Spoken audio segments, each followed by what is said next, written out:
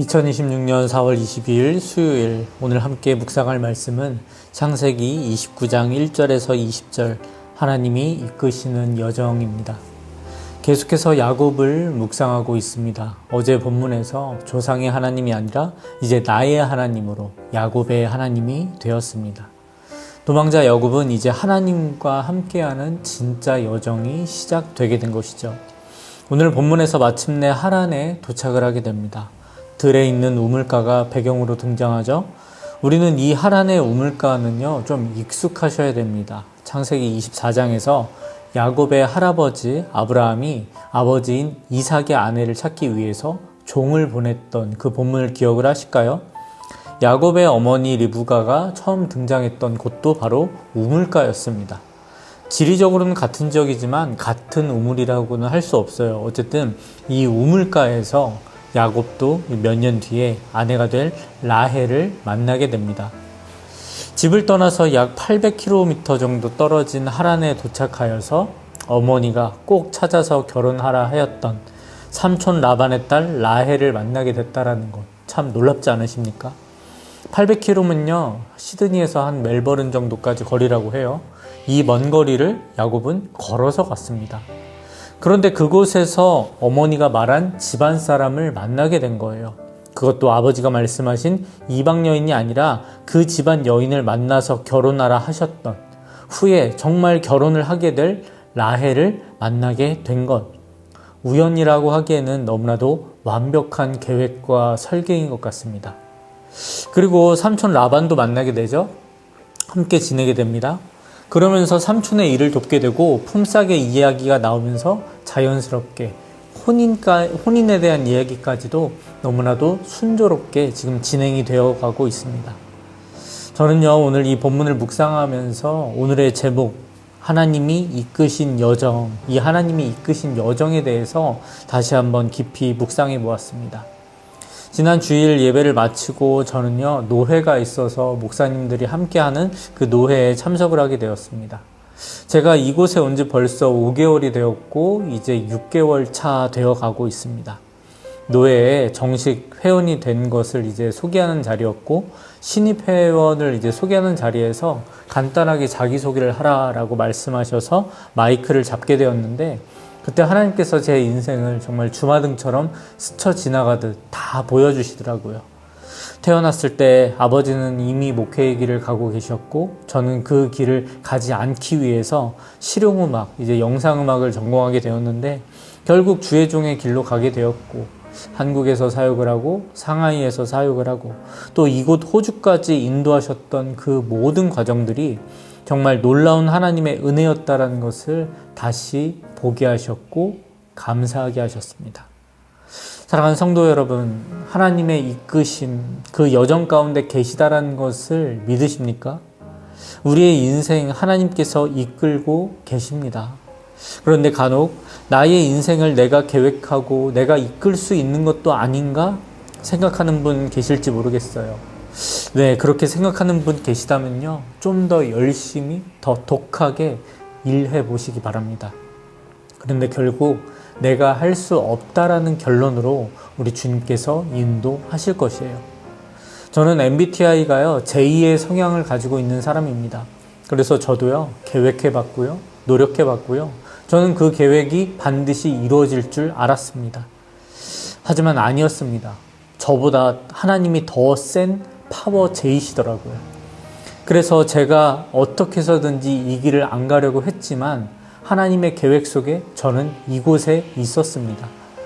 저의 계획, 노력, 어쩌면 무모해 보였던 그 시간들이 있는데요. 하나님께서는 그 시간도 성숙으로 빚어가시는, 하나님 자녀답게 살아가도록 인도하시는, 빚어가시는 그 시간들로 모두 다 사용하셨습니다. 우리는 하나님의 철저한 계획 속에 살아가고 있어요. 그런데 내 삶을 보면요, 하나님의 계획이 느껴지지 않습니다. 하나님의 계획 속에 살고 있는 것처럼 느껴지시나요? 그렇지 않은 것 같아요. 불안하고요, 불안정하고요, 무질서하고요. 하지만 우리는요, 이 전제는 있으셔야 돼요. 하나님께서 일하신다. 하나님이 나의 주인이시고 하나님께서 나를 택하셨다라는 이 전제만큼은 흔들리지 마시기 바랍니다. 코리텐 붐이라는 2차 세계대전 당시에 네덜란드에서 나치의 박해로부터 유대인들을 구출했던 그리스도인이 있었습니다. 밀고로 인해서 이 코리텐 붐도 결국 체포되어서 수용소로 끌려가게 되었고요. 아버지 그리고 언니도 이곳에서 죽게 됩니다. 하지만 지옥 같은 수용소에서요, 죄수들에게 복음을 전했다라고 해요. 감사하게 수용소에서 살아남게 되었고, 전쟁이 끝난 후에 전 세계를 다니며 복음을 전파할 때 이런 비유를 말씀하셨다라고 해요. 우리의 인생, 우리는 지금 자수의 뒷면을 보고 있다. 실이 엉키고 무질서해 보인다. 그러나 하나님은 그 자수의 앞면을 보고 계시다. 하나님께서는 우리를 계획하셨죠. 그리고 그 계획을 이루어 가기 위하여 우리를 인도하십니다. 어제 본문에서도 야곱에게 뭐라 말씀하셨죠? 28장 15절. 내가 너와 함께 있어 내가 어디로 가든지 너를 지키며 너를 이끌어 이 땅으로 돌아오게 할지라. 내가 내게 허락한 것을 다 이루기까지 너를 떠나지 아니하리라 하신지라. 하나님께서는 이미 자수의 앞면을 보고 계시기 때문에 하나님은 흔들리지 않습니다. 야곱을 통해서 이스라엘의 12지파를 이루실 자수의 앞면을 보고 계세요. 그 다음 요셉을, 모세를, 다윗을, 예수 그리스도를, 그리고 나를, 하나님의 계획 속에서 이 아름다운 자수가 이미 보인다는 것이죠. 태생부터 발 뒤꿈치를 잡았던 야곱, 남을 밀어내는 자, 속이는 자의 이름을 뜻을 가지고 살아왔던 야곱, 이 부족한 사람을 하나님께서 택하고 사용하십니다.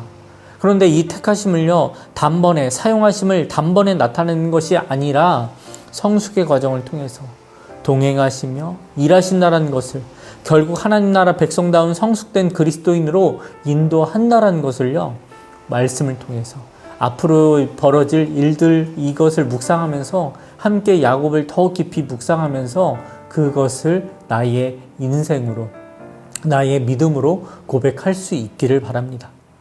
지금 우리의 인생도 그렇습니다. 우리는 자수의 뒷면을 보고 있어요. 그래서 매우 혼란스럽습니다. 하지만 전제만큼은 혼란스럽지 않길 바랍니다. 전제가 무엇이라고요? 나는 택함받은 하나님의 자녀다. 하나님께서 나를 택하셨고 동행하시며 인도하고 계시다. 나를 위하여 일하고 계시다. 나는 택함받은 자녀는 사실, 이것은 절대로 흔들리지 마시기 바랍니다. 끝까지 예배함으로 하나님 앞에, 말씀 앞에 나아가시기 바랍니다. 하나님께서 자신의 계획을 이루기 위하여 모든 역사를 주관하시는 하나님의 열심으로 우리를 도우십니다. 오늘도 하나님의 섭리에 감사하며 하나님께 영광 올려드리는 하루 되시길 주님의 이름으로 축원합니다. 기도하겠습니다. 전능하신 하나님 아버지, 고맙고 감사합니다. 오늘도 귀하고 복된 날 말씀으로 묵상을 시작하게 하시고 또 결단함으로 나아가게 하시니 감사드립니다. 하나님께서 이끄시는 여정으로, 인생으로, 나의 삶으로 하나님께 모든 주권을 올려드립니다. 하나님 마음껏 인도하여 주시옵시고 붙들어 주시옵소서. 하지만 우리는 자수의 뒷면을 바라보고 있기에 너무나도 불안합니다. 초조합니다. 힘이 듭니다. 슬프고 외롭습니다. 하지만 하나님께서는 나의 자수의 앞면을 보고 계시다라는 그 믿음을 가지고, 하나님께서 나를 그 계획 가운데로 끝까지 인도하시고 붙드신다라는 그 믿음의 확신을 가지고 더욱더 은혜로 나아갈 수 있도록 우리 사랑하는 성도들을 붙들어 주시고 인도하여 주시옵소서. 연약한 성도들에게 말씀하여 주시옵시고 찾아가 만나 주시옵시고 성령 하나님의 붙드심 속에 더욱더 하나님께 영광 올려드리는 우리 성도들 될 수 있도록, 택함받은 하나님 나라 가운데 정말 성숙된 그리스도의 삶을 살아갈 수 있는 우리 모든 성도들 될 수 있도록 인도하여 주시옵소서. 오늘도 그렇게 승리케 하여 주시옵시고 하나님께 영광 올려드리며 찬양하며 감사로 나아가는 우리 성도들의 삶 될 수 있도록 인도하여 주시옵소서. 그렇게 인도하여 주실 줄 믿사오며 감사드리며 예수님의 이름으로 기도드립니다. 아멘.